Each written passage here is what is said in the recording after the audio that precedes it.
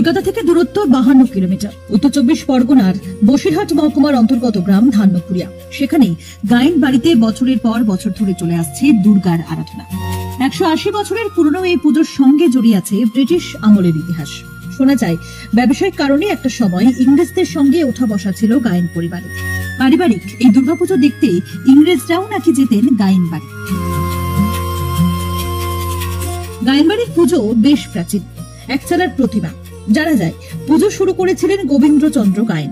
তারপর থেকে প্রতি বছর বাড়ির ঠাকুর দালানে আড়ম্বর সহকারে আয়োজন হয় দুর্গাপুজো।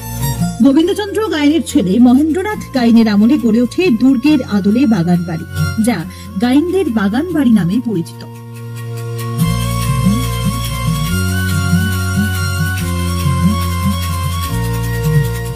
এই বাড়ির পুজোর বিশেষ বৈশিষ্ট্য হলো একই কাঠামোতে বছরের পর বছর ধরে প্রতিমা নির্মাণ হয়ে আসছে।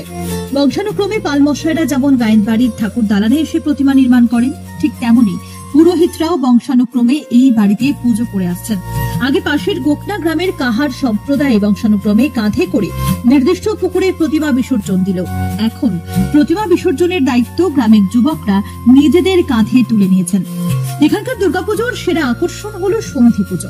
সন্ধি পুজোর সময় বন্দুক থেকে গুলি ছোড়া হয়। এই পরম্পরাও দীর্ঘদিনের। আমাদের ধান্যকুড়িয়া গায়েন বাড়ির পুজো প্রায় 180 বছরের ওপরে চলছে। এই পুজোর প্রথম প্রতিষ্ঠা করেন গোবিন্দচন্দ্র গায়েন, কিন্তু এই পুজোর শ্রীবৃদ্ধি ঘটে মহেন্দ্রনাথ গায়েনের আমলে। তিনি বাংলার জুটলট নামে পরিচিত ছিলেন। তার আমলেই বাংলার পাট শিল্পে যে ব্যাপক সমৃদ্ধি হয়েছিল, সেখানে আমাদের ধান্যকুড়িয়ার গায়েন পরিবারের আমাদের মূলত জমিটা ছিল যেখানে পাট উৎপন্ন হতো। সেটা সাবেক পূর্ববঙ্গের সাতক্ষীরা অঞ্চলে টাকির ওই পারে। সেখানে এক ধরনের বিশেষ ধরনের পাট, সোনালী পাট, সেই পাটটা রপ্তানি হতো ইউরোপে, এবং সেইখান থেকে ইংরেজদের সঙ্গে ওঠা বসায় আমাদের পরিবারের শ্রীবৃদ্ধি, এবং তারপরেই এই পুজোটা তৈরি হয়। এবং পুজোয় অনেক মানুষ আসেন, বৈষ্ণব মতে পুজো হয়। এবং পুজোর ক্ষেত্রে বংশানুক্রমে যারা পালমশাই তারা ঠাকুর তৈরি করেন, যারা পুরোহিত তারা পুজো করেন, এবং অন্যান্য ক্ষেত্রে সেইভাবে আমাদের রীতি পরিলক্ষিত হয়। পুজোটা আমাদের ফ্যামিলি সবাই মিলেই করা হয়, সবাই মিলেই এখানে কন্ট্রিবিউশন দেয় আর্থিকভাবে বা তাদের কর্মের মাধ্যমে, এবং তাদের সক্রিয় সহযোগিতায়, সম্পূর্ণ সহযোগিতায় পারিবারিক মিলন ক্ষেত্র হয়ে ওঠে এই ধান্যকুড়িয়ার গায়েন বাড়ি দুর্গাপুজো। এটা আমাদের বৈষ্ণব মতে পুজো হয়, যার ফলে আমাদের কোনো ভোগের ব্যাপার নেই, কোনো বলিদানের ব্যাপার নেই। কাঁচা সবজি বা কাঁচা ফলে আমাদের পুজোটা হয়, এবং অনেক মানুষ দর্শন করতে আসে। অনেক মানুষই আসে, কলকাতা থেকে আসে, বাইরের থেকে আসে, অনেক মানুষই আসে। বৈষ্ণবমতে পুজো হয় এখানে, তাই কোনো বলি প্রথার চল নেই। পরিবারের সদস্যরা ছড়িয়ে ছিটিয়ে থাকলেও পুজোর সময় সকলেই চলে আসেন বাড়িতে। পারিবারিক পুজোয় অংশ নেন, আর হইচই করে কেটে যায় পুজোর কটা দিন। এটা আমরা বলবো যে একটা পারিবারিক বন্ধন বলতে পারেন। কারণ যে যেখানেই থাকুক না কেন, এই সময়টা কেউ দেশের মধ্যে বিভিন্ন শহরে, বিভিন্ন স্টেটে রয়েছে, এবং অনেকেই বিদেশেও রয়েছে, কিন্তু তারা সবাই চেষ্টা করেন যে এই সময় সবাই এই একত্রিত হওয়ার। এবং এই যে টানটা আছে বলেই হয়তো আমরা এই ঐতিহ্যটা ধরে রাখতে পেরেছি। সেইভাবেই আমাদের পুজোটা প্রত্যেক বছর চলে আসছে। এটা সত্যি খুব অসুবিধে। প্রথমত এখন সবাই কলকাতায় বা আমরা অন্য জায়গায় থাকি, সেখান থেকে এসে এসে দেখাশুনো করা এটা খুবই একটু অসুবিধে হয়।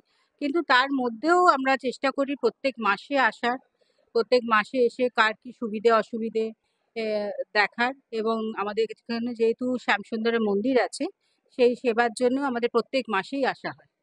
আর সেখানেও আমাদের দেখাশুনো করতে হয়, এবং এখানেও। তো এটাও একটা বলতে পারেন যে সবাই চেষ্টা করছে বাড়িটাকে ধরে রাখার এবং বাড়িটাকে মেনটেন করার।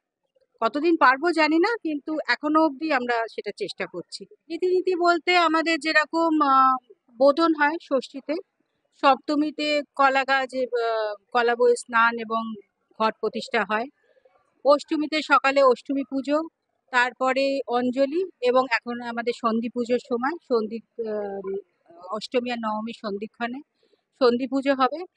আর তারপরে যেরকম দুবেলাই আমাদের পুজো হয়। অষ্টমীতে আমাদের এখানে বরণ করে সিঁদুর খেলা হয়, এটা একটা বড় উৎসব।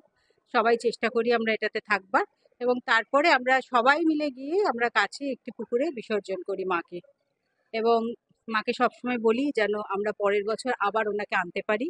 এটা আমাদের একটা বড় একাধিক বিখ্যাত সিনেমা এবং সিরিয়ালের শুটিং হয়েছে ধান্যকুড়িয়ার গাইনবাড়িতে। তাই এই বাড়িকে স্বচক্ষে দেখার ইচ্ছেই অনেকেই পুজোর সময় ভিড় করেন এখানে। কারণ বছরের অন্য সময় সাধারণ দর্শনার্থীদের জন্য বাড়ির সদর দরজা খোলা থাকে না, তবে পুজোর সময় সকলেই ছাড়পত্র পান বাড়ির ভিতরে প্রবেশ করার।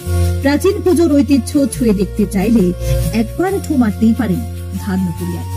ব্যুরো রিপোর্ট, নজরে কলকাতা।